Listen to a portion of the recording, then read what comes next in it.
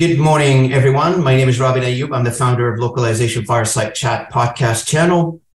Through my podcast, I have the privilege of hosting insightful conversations with lots of industry experts in the localization industry. I find it's an incredible opportunity to bring together thought leaders of our industry and to tell their intriguing stories and to discuss trends, challenges, innovations in our industry. The Localization Fireside Chat has become a valuable resource for anyone who's passionate about the localization industry as we dive into the captivating world of this field. I invite you to connect with me, join me on the engaging conversation through this particular podcast that we're airing today and in the future. So feel free to look us up on YouTube and your favorite podcast channels. We exist on pretty much all of them. Podcast, Apple Podcast, Google Podcast, Castbox, TuneIn. I don't need to name them all, but we're everywhere. Please feel free to like, comment, and share this episode, and feel free to check out our previous episode. We air one per week on this channel, one episode per week on this channel. Delightful and happy to be joined this morning with my good friend and ex-colleague of mine, worked together previously, Jay Marciano, who is a director of MT outreach and strategy at a company called Lingo out of Germany. Jay doesn't need too many introductions. He's well known, but I'll introduce him briefly. In addition to his responsibility at Lingo, Jay also the president of the Association of Machine Translation in America, the AMTA. Jay, I'm excited to have you with me this morning. And it's been a while, and I'm glad to reconnect and take this opportunity to see your face again and be with us on this channel to talk about, the latest in the industry and, catch up a little bit on one-on-one here. So I'll let you introduce yourself, Jay, to the audience, if you don't mind. Sure. Thank you, Robin, and thank you for the invitation. And hello, everybody. It's always nice to catch up with colleagues like Robin and to and talk about localization with a broader audience too. So you've heard my name, Jay Marciano. I've been involved in machine translation for 25 years now, starting with a little tiny company in rural New Hampshire called Transparent Language, which is primarily known as a language learning software company. But I got into MT there. My group was acquired by SDL, where I spent 10 years there. And then I moved to Lionbridge, where I got to work with Robin for a while. And for the last 2.5, almost 3 years now, I've been at Lengu in Berlin. I'm actually based in Bonn, Germany, where my wife's family lives. But I spend at least a week every month in Berlin, which is a great city. So tell me, at the beginning of your career, at the start of your career, so how did the thought, or where did you come up with the idea that I need to get involved in, at the time, I'm not sure if at the time it was called the localization industry, probably was called translation industry. How did this inception of this idea came along, and what drove you to it?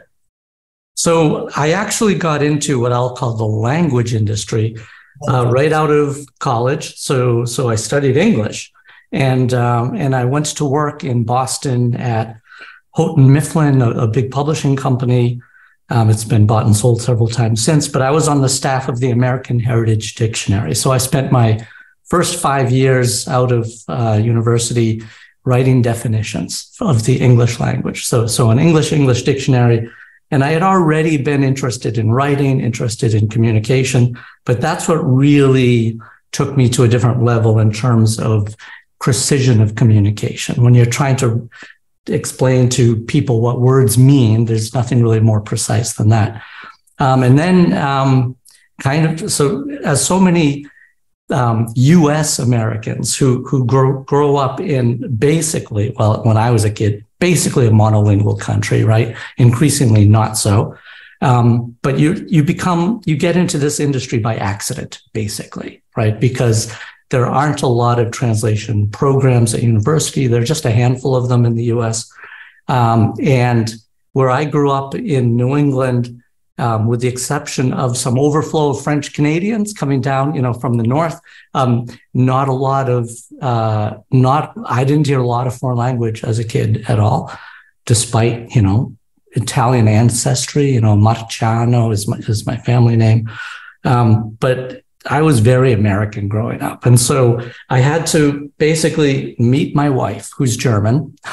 When I was 23, that was my first real exposure to the wider world of language. And so I started learning German with the best possible motivation, or the motivation of getting a beautiful young woman to keep on seeing me. And after 4 years of expensive telephone calls and actually writing letters, so this predates email, I moved to Germany. And so, and I went from being an editor to being illiterate overnight. I got on a plane as a professional editor, got off as an illiterate person in Germany, thinking I could speak some German, and was horribly disappointed with the abilities that I had. And then it took me about a year to become really fluent. I worked at the University of Bonn teaching English. So the way I like to put it is that I started off writing books about language for people, and then I moved to teaching people about language. And then we moved back to the States in 1997, and that's where I started at Transparent Language. And then I started working on software to teach people about language. And at Transparent Language, that's where I got involved with machine translation. I was the product manager for a machine translation program, and I just fell in love with it. I just, you click a button and it translates, and badly at the time. This was 1998. But still, there was this possibility there. And I just fell in love with the challenge of it. So I worked for 10 years writing or working on a rules-based machine translation system. And then transitioned over to statistical, and over the past 6 years now with neural machine translation, and always really trying to work within the industry to improve the efficiency of the translation process, knowing full well, because primarily I'm a language person, not a technology person, that the basis of communication, it's a human thing. It's from human to human, and that the use of technology has to make it more efficient, but it's not going to make it better. It's not going to, if anything, it gets in the way. But the fact is, we have way too much stuff to translate, not enough professional translators. Even if we had enough professional translators, the way content changes so rapidly, you couldn't possibly get things translated on time. So technology is absolutely needed. Absolutely. And, very interesting story how you started. I'm not sure if I told you my story. I'm a technologist by background. And I was coming back from a business trip that's 2 or 3 decades ago. And the gentleman sitting beside me on the plane, it was a 2-hour flight. He manages a translation company at the time in Canada. And 2-hour flight later, he convinced me to join his company in an industry I didn't know existed. To me, at the time, being a technologist, translation meant IP address translation. You take he transformed my thinking from, technology to actual languages. And I remember my first day on the job, I was told, so describe to me what you guys do, and what I came in the capacity of business development for the company. And I said, explain to me, what do you do? What do you want me to sell for you? He said, we take a content from one language, put it into another language. That's all you need to know. And things have evolved over the past 2 decades from that. And really, that's history that's behind me. And, one of those individuals at the beginning of my career, I used to change jobs like any tech guy, change jobs like every 2-3 years, you move from one company to another. And I came to this industry and I fell in love with it. And I found it fascinating that I didn't, I've played so many roles. I've done so many things similar to you, that you feel like you don't need to change industry. This is the industry where you belong. And I fell in love with it like the minute I started working in this industry, because you can see your tangible, as a human, as you mentioned earlier, it's a human thing. You can see your tangible impact on everybody around you, the person who is producing the message and the person who's receiving the message. And you mentioned earlier, something about, the content and the amount of content, the vast amount of content that we need to treat.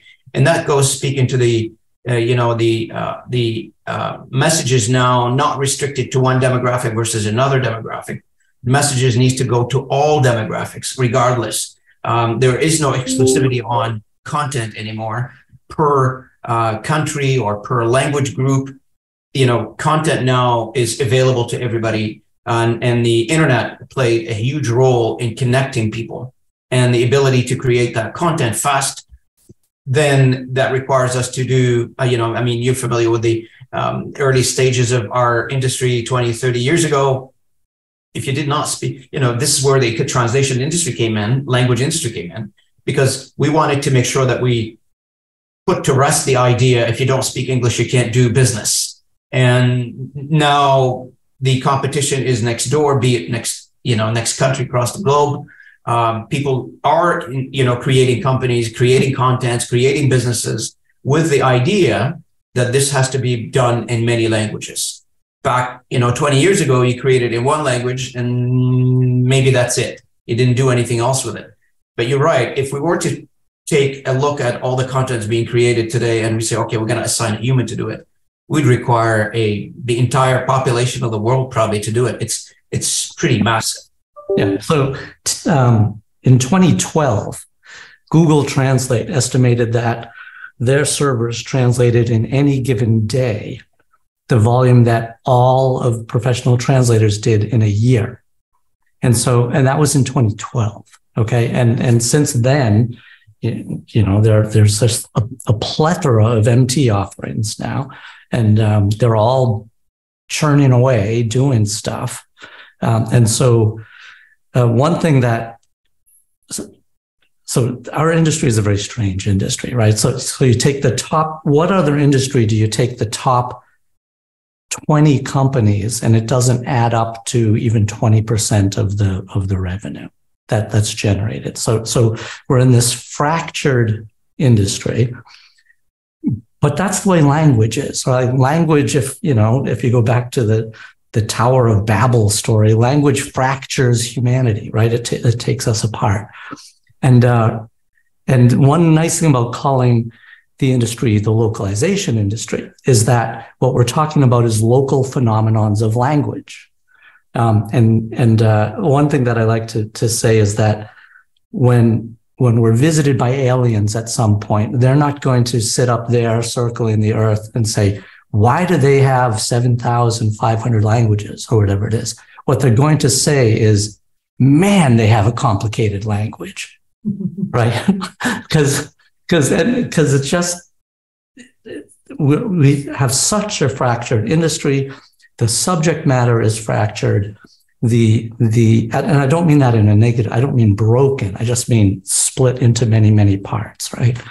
And so it presents us with all kinds of challenges, right? So how do you find that translator who, if you're trying to get into a lower density language, how do you even find that translator? And there are all kinds of. So Jay, do you think that, that aspect that you just mentioned, the fracturing and the many aspects that differentiate the languages, et cetera, is just a straight mirror of us humankind, in a sense that language is a direct portray of who we are as a human and who we are as the language we speak, how we behave, where we're from, the demographics that started us, that we came from, and maybe transplanted in an intermixed world today. You find a lot of people are, moving around, and we live in a moving society almost. So do you think, my question is it by design as a human, or is it results of something else that we got to the fracturing in our industry right now? Oh, I think it's historic, just based on migration patterns, right? But we're talking about things that happened between 12 and 50,000 years ago, right? So languages splitting up, and there are all different theories about whether language came from one place and spread out, or whether various languages, families are so different that they spontaneously started in different areas. It's a fascinating thing. Sadly, writing only goes back about 9,000 years, something like that. But spoken language goes back. Supposedly, the Aboriginal languages of Australia are the oldest still spoken languages, and they're like 40 or 50,000 years old. And so, sadly, we don't have any evidence of that because nothing was written. But I think you can't. Animals communicate, right? All animals communicate, even plants communicate. So what's different about human beings is the complexity of our communication, and that we're able to communicate even about things that don't exist, right? We're able to use these brains and try to use this tool of language to get my thoughts over to your brain. Yeah.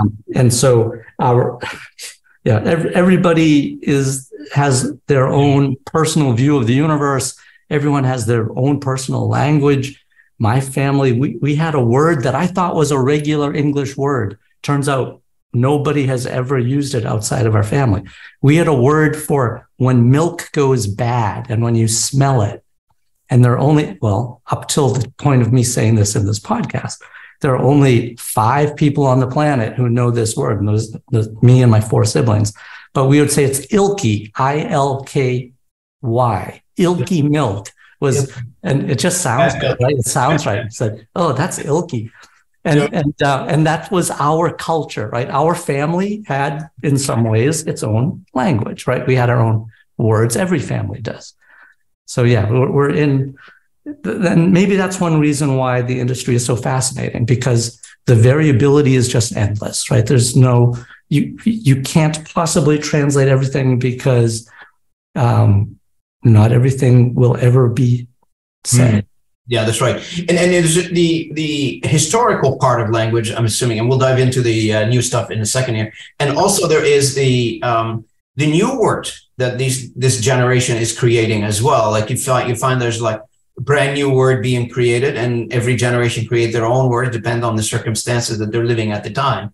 And that's why we have terminologists. That's why we have people assisting in those new words in each culture, as you mentioned earlier in your experience. And how do we take that word and create a new word in a new language or in another language? So, which brings me to the advanced fast forward a little bit here. And so you've articulated it earlier that your domain of expertise, and you've been working on this for many years, is that technology assisted way of doing translation. I've seen you doing presentations before to our customers, to our joint customers in the past, and and I got to tell you, I've been very impressed with what you've done and the way you present the case for technology assisted machine translation or any other language, generative AI, etc.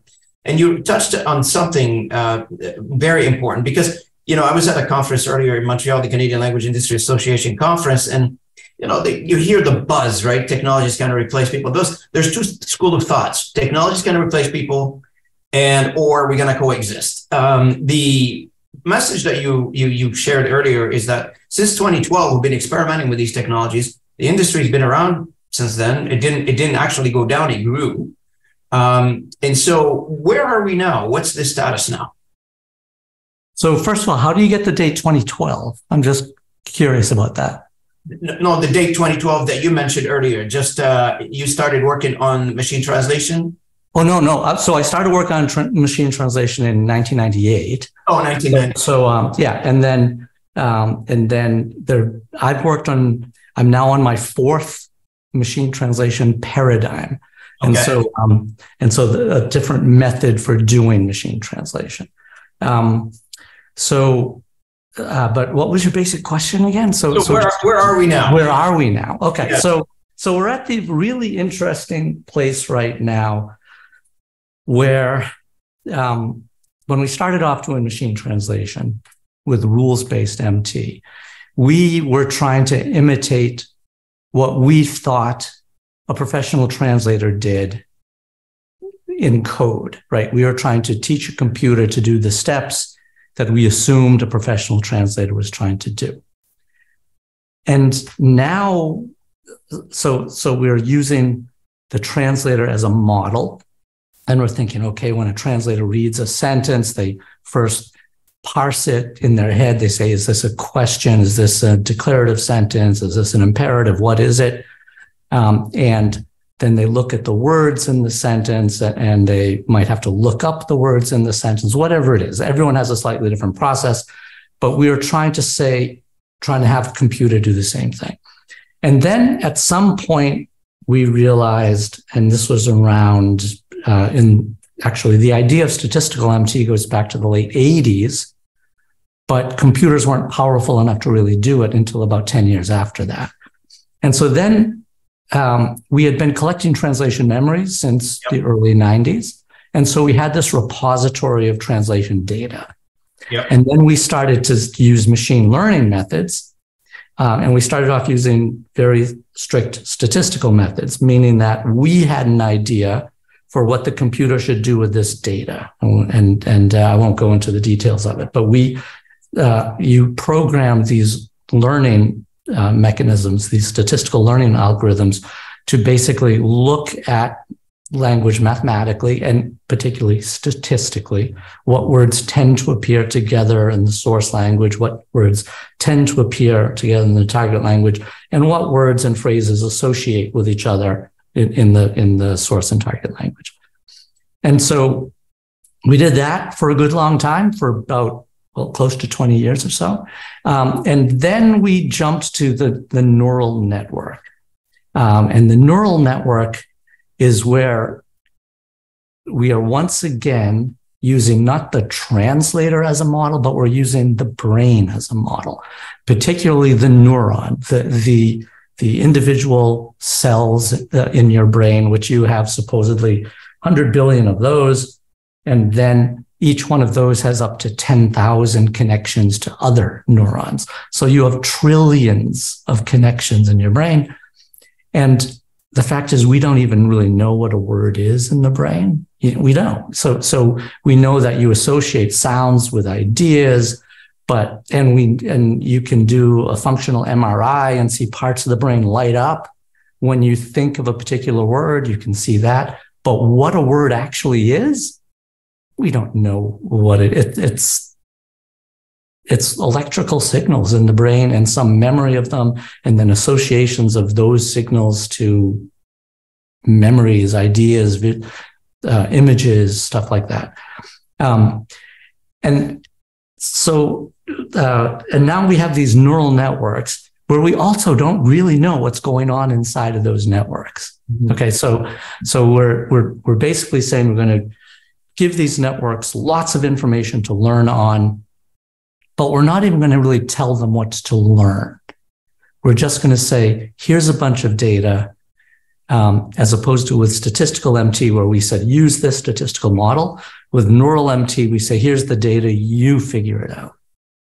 Okay. And so then it builds up a neural network, and it can improve over time by giving it more data or giving it feedback on the translations that it produced.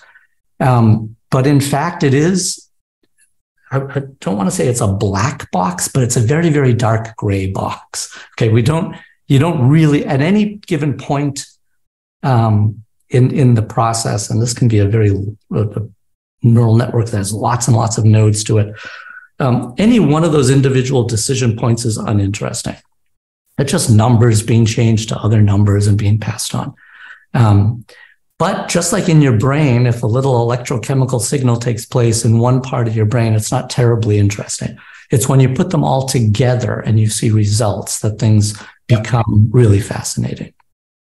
So am I to understand, or can you elaborate a little bit on the learning and for the machine translation neural MT?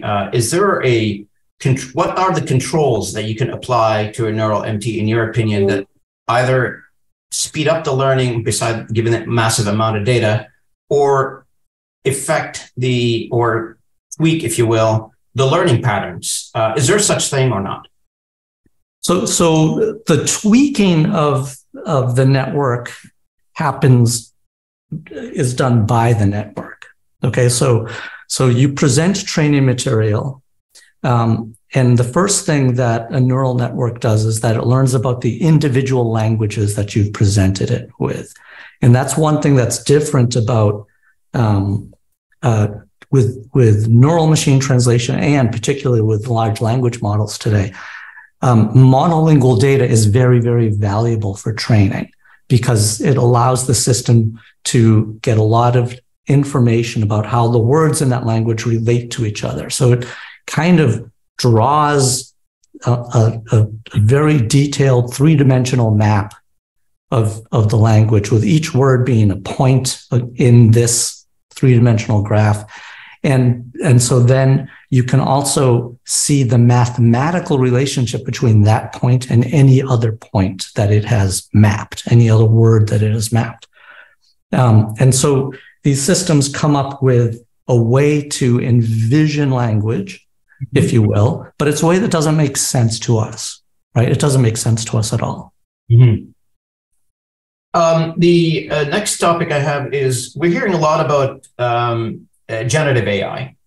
And for our audience who are not familiar with generative AI, would you mind explaining it in a way that, the person who is not involved in it, just to get some idea on what generative AI is? Yep, and sure. you can target on some benefits and usability and how we use it. Sure. So, and I'm glad you're calling it generative AI. That's a good, as opposed to calling it ChatGPT or whatever buzzword you want. So, but I do like to start with the GPT, because that is actually, apparently OpenAI is trying to trademark that now, but it stands for Generative Pre-trained Transformer. And so transformer is the type of architecture. It's a type of neural network. And then generative means that it will generate language. And the pre-trained is kind of the freaky part. And that is, you give these things tons and tons of data, and all you're really training it to do is to predict the next best word in a string. That's all that you're really saying to it. You're saying, okay, if I give you this word, what's the chance that this word comes next? And so it's able to build very fluent sounding strings of words. The thing that gets freaky is that as you build up the data sets and build up the size of these networks, you have what's called emergent behavior. And emergent behavior is some skill that the network develops that suddenly appears. And what I mean by that is, there's certainly similar cases with human learning as well, but something you're not getting any better at, you're practicing, you're learning, whatever, you're learning math for years, and suddenly you have your aha moment, and suddenly you have a breakthrough, and suddenly you're able to do math much, much, much better than you did before. And so with these large language models, for any number of different tasks, they're trained on this, just on predicting the next best word. But when it hits a particular, call it size, call it density, whatever you want to call it, suddenly it has these abilities to do things like answer questions, or has the ability to even do math and stuff like that, because it's learned a lot. It's been processing all of this text, which is always about something, hopefully, unless it's an email from me. And so it's usually about something specific. Yep. And so it can learn not only about the relationships of those words, but at some point it's learning about the content itself.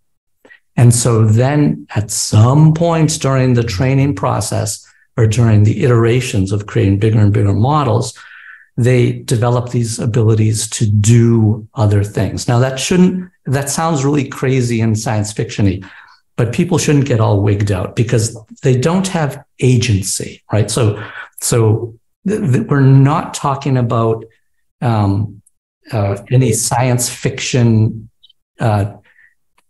general artificial intelligence, or artificial general intelligence, AGI.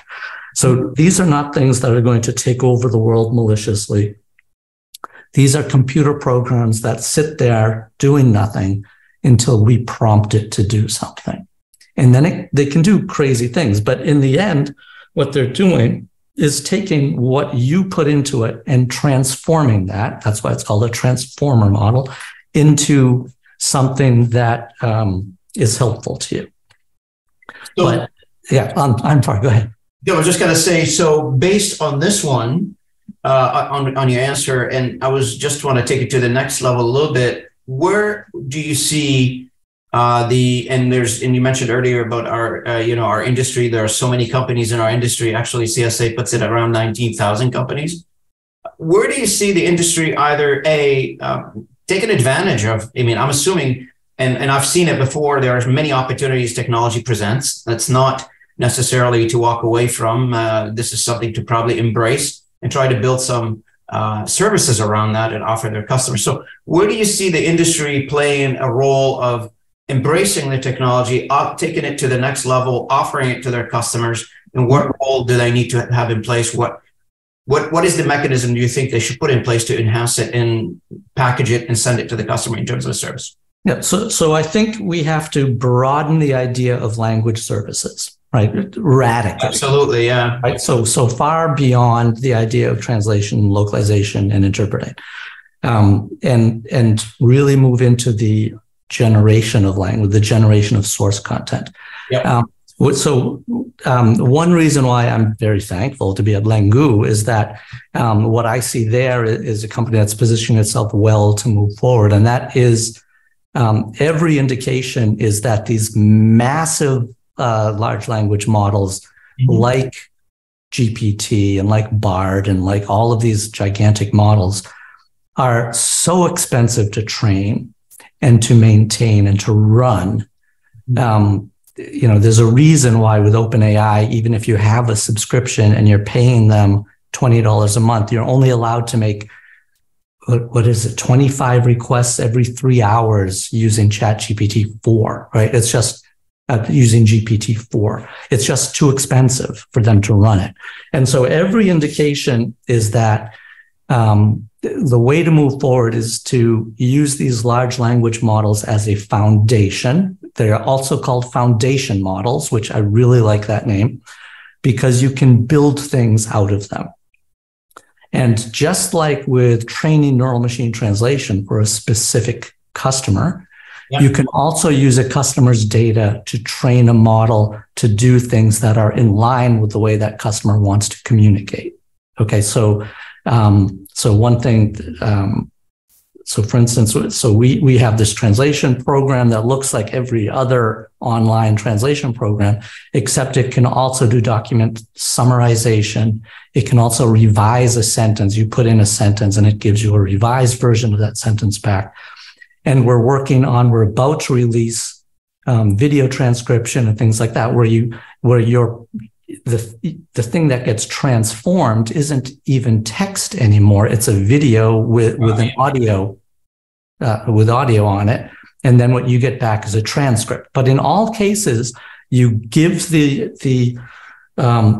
this transformer model something and it transforms it and puts it into something else when it goes back to you. But every indication is that these models will become, well, let me pull that back. Not every indication. So there will be a place for these massive models, but they're so expensive to run. GPT-4 supposedly took 6 months to train with 15,000 GPUs running the whole time. Wow. Okay, that's just, you can count the acres of forest that are being burned down, right, to generate that kind of power. So there are, smart, intelligent use of these means that we want to make smaller models that are specifically built for a given use case, a use case being a company that has generation use cases, translation use cases, certainly, question answering use cases, any kind of things like that. All of these various things that you can go to one of these models, and everyone talks about ChatGPT, and you can put in a prompt and say, write me an email about this. But imagine if you had that email written just the way your company writes emails. Right. Okay. And imagine if you're able to get a transcript of a meeting back with all of the names of the people correct, because the system also was trained on the company directory and things like that. And over time, we talk about multimodal models, and that's where they're trained not just on text, but on other modes of information, such as video, audio, images, things like that. And so when we get to the point, so there are certainly already multimodal large language models where you can put in more than just language, but you still get out language.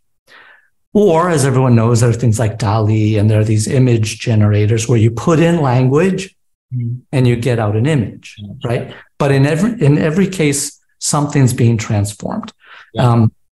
And I think it's pretty clear right now that companies will not want to be donating their proprietary information to a system that could, in theory, or even very directly, help their competition.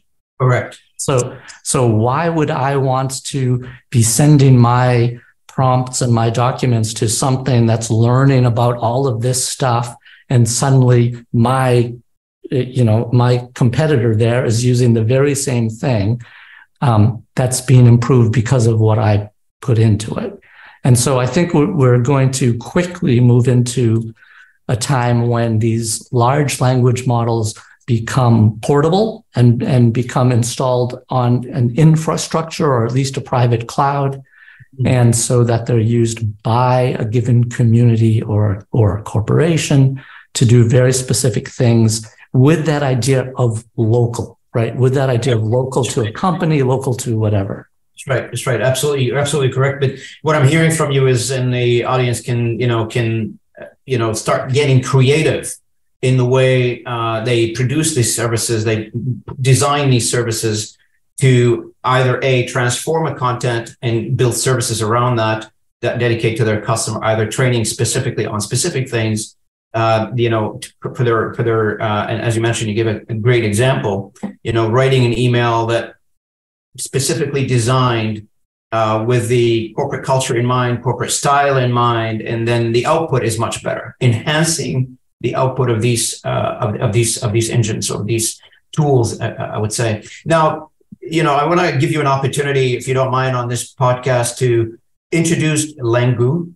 I know we've talked before, but just for the audience who don't know Lengu, feel free to explain to us what Lengu does, and if there's somebody that is interested in reaching out, how do they do that?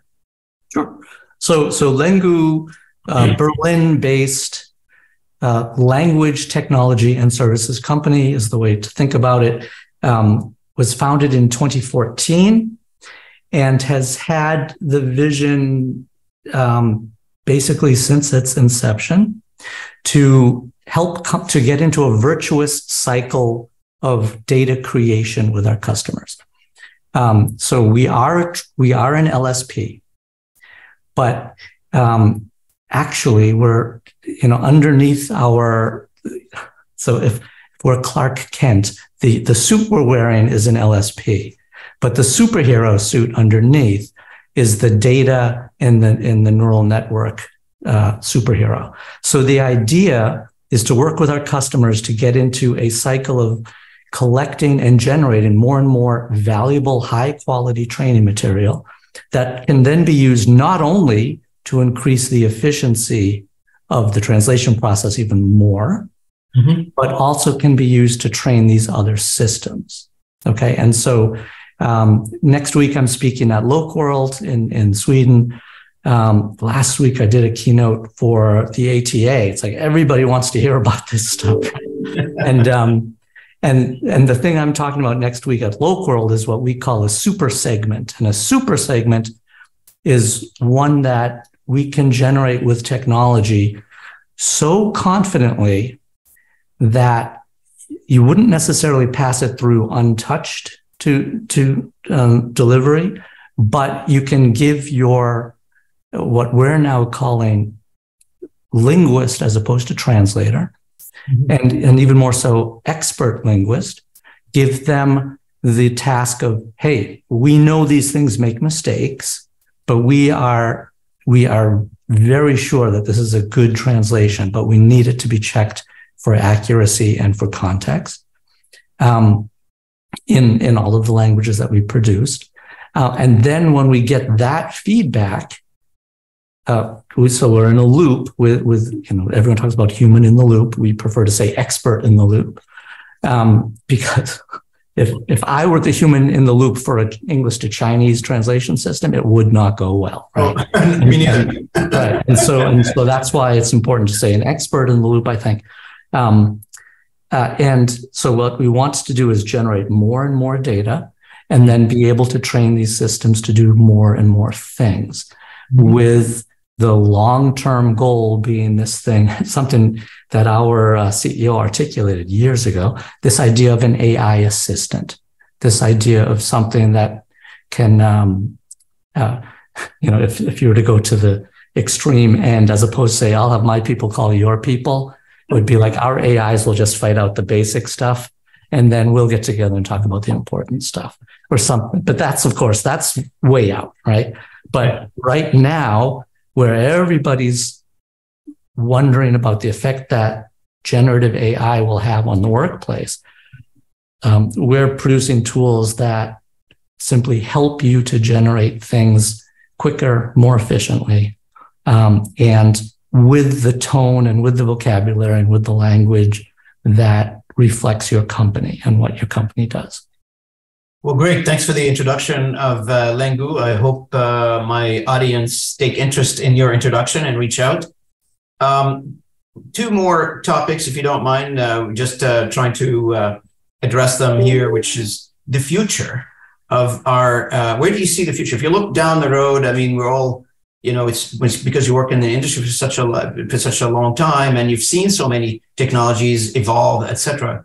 The evolution of our industry, if you look like 5-10 years down the road, where do you see the industry heading from where we are right now?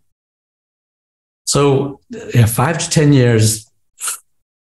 Long time, I know. That's a long 100 years. Right? So Ray Kurzweil, the guy who invented optical character recognition, not single-handedly, of course, but has been a futurist now. And I think he's still at Google, but I'm not sure. But he said in an article in, I think, 2003, that our rate of technological advance doubles every 10 years. Okay, so that means that me, a kid who was born in the 60s, became aware of technology in the 70s. That means that right now, if we say our rate of technological advance was 1 in the 70s, and it was 2 in the 80s, and it was 4 in the 90s, and so we're now at 32 times the speed of technological advance, and in 2033 it's going to be 64 times that level. So when you say look out 10 years, it's like, geez, we're going to be developing things twice as fast as we are now, if Kurzweil is correct. That's correct. And so I would prefer to look out, let's say, 2 years. Okay, so let's look out a much shorter amount of time. 2 years. And so one thing that I've said is that I like the sound of it is that we're entering the post-editing world. And what I mean by that is post-editing has been a phenomenon in our industry. And now everyone's a post-editor, right? So you can use ChatGPT to generate an email, and then you have to go over it and look at it very carefully. So people who are copywriters and marketing people and anything that you can generate with these tools has to be worked over very carefully. So, and I think what we're going to be moving towards, and I do think this will be quickly, is that the idea of a source document that gets translated into multiple target languages will start to evaporate, that idea, because in that initial prompt that you make to this large language model, you can say, do this thing that I'm asking you to do for these different geographic markets. And it would already come back localized in terms of language, but potentially also localized in terms of content. And the example that I gave off the top of my head, but most of my good ideas are like that, right? Things that just pop up. That's how it works. Yeah, that's how it works. So I was talking with, I was doing a talk on this, and I said, okay, so you've asked an AI to come up with a marketing initiative for a car for the Mexican and the Canadian market. In the Mexican market, it's going to talk a lot about the air conditioner. In the Canadian market, not so much, right? And we don't use air conditioners in Canada. So not as much, let's put it that way. Yeah, that's right. Right. So how would it know that? It would know that because part of its training material would be all of the previous marketing initiatives that you've done. And then in terms of this idea of multimodal data, you can also add metadata. So how successful were those marketing events in the past? And so when you say, please, and I always say please because I'm too polite when I'm talking with ChatGPT. So create a whatever and do it in these languages or specifically for these markets. Then the idea of translation or localization gets kicked down the road a little bit. Okay. And that's where the source material is initially generated in multiple languages for multiple locales. And this is where we will absolutely still need and always need, as far as I can see, this expert in the loop. Yeah. Right? It's funny you mention expert in the loop. My next episode is going to be with the university professor teaching revision, linguistic revision. And, there's still a university, not many of them, but there's still universities producing or have curriculums and, degrees in languages, specifically here in Canada, as well as around the world, US, etc. Producing these or graduating these individuals who are very well needed in the industry today and in the future. I'm hoping that the academia can update the curriculum a little bit to introduce, to move away from the old traditional way of teaching, the language profession to, making somebody a translator, to include things like the latest AI tools, the latest, that post-editing that you talked about, the post-editing generation, to take it as part of the curriculum, not as something that I have to deal with down the road kind of thing. So, yeah, it's also important to remember that also in keeping with this idea of a fractured industry is that we don't move forward uniformly, right? So there are still perfectly successful translation companies that don't use any MT at all. Right. Right. And so, yeah, that's right. Right. And so, and there's a great quote by William Gibson, Canadian American, so fits for this. So the author of, he gave us the word cyberpunk, I think, and stuff like that. So a science fiction author. And he said in The Economist, I think in 2001, the future's already here. It's just not evenly distributed. And that, I think, is very important for people to remember. We're going to continue moving forward. And what there will be room for people all along the spectrum of embracing these technologies, from we talk about the bleeding edge, the people who are way out front pushing that. And then you talk about the people who are very hesitant to get involved with technology, who might only now be implementing translation memory or something, right? Or something like that. And so the technology will move rapidly. Our response to it will move much slower than that. And your mention of university programs, that will lag, as it always does. but think in terms of things like laws have to, our societies will be reacting years later than ideally they would. So just in terms of copyright protection and things like that, and with these models, like if it happens to generate something that Ernest Hemingway wrote, basically verbatim, is that a copyright infringement or not? And if a self-driving car goes through a bakery window and takes out all their muffins, who's responsible for that? Is it the driver who had it on autopilot, or is it the software programmer, or is it Elon Musk?